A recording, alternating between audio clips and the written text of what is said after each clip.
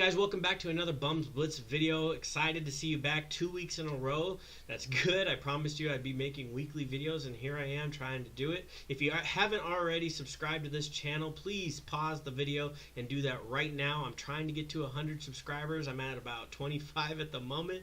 We're just getting started. Plenty more to come, but make sure that you're aware of everything whenever I post it right at the minute. Just subscribe. It'll help out a lot. I really appreciate it. I hope you like this video this week. It's going to be a little bit on the lighter side. I saw a video and I wanted to cover it. I really would love your comments and your debate down below in the comments section.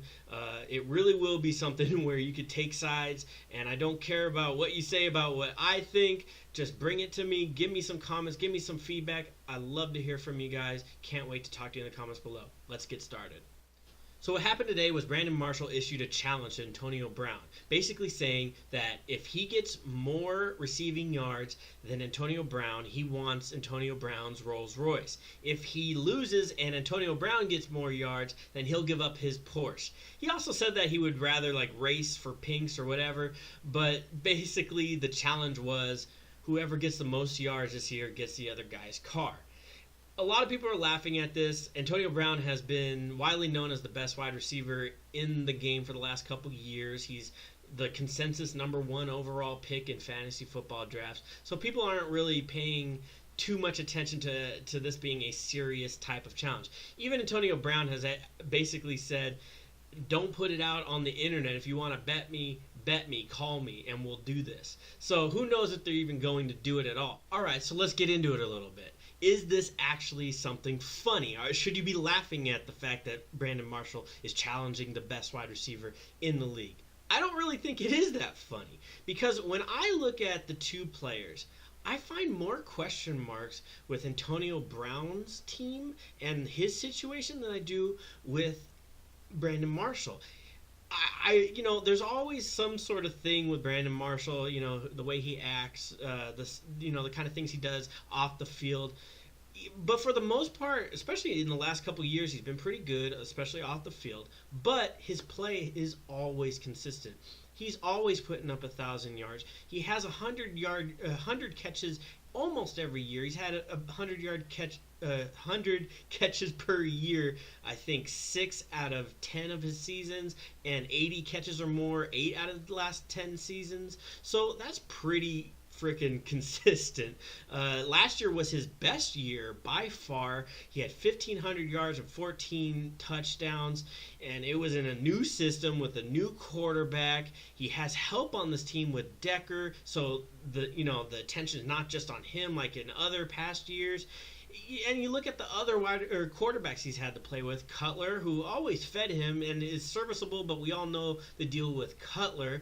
And he had Tannehill throwing to him. And even though he's had all those guys throwing to him, he's always put up great years, no matter what. The only things that really have kept him away from putting up great stats was when he was hurt. That was 2 years ago.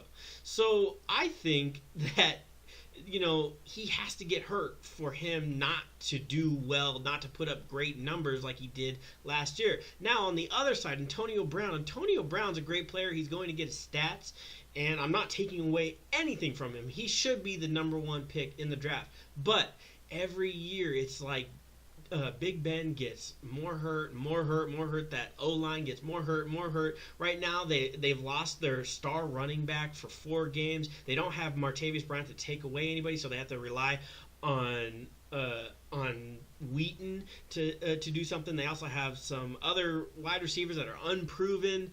There's a lot of little question marks there. A lot of teams, especially if those guys don't play well around him, his stats can really be affected. He's not a big guy, so he's not going up and getting the ball, snatching the ball away from people. He's making great catches. He's making plays after the catch. So that's really not a worry for me. I think even if Big Ben goes down, he could still play well. But those kind of things are factors when you're thinking about, can I score more than a guy that is consistently a top 10 wide receiver? And it's kind of funny that people would laugh at this, because anything could happen to either one of these guys to put the other one over. But I think there's more question marks when it comes to Antonio Brown. Do I think Antonio Brown will win? I would put money on Antonio Brown to win.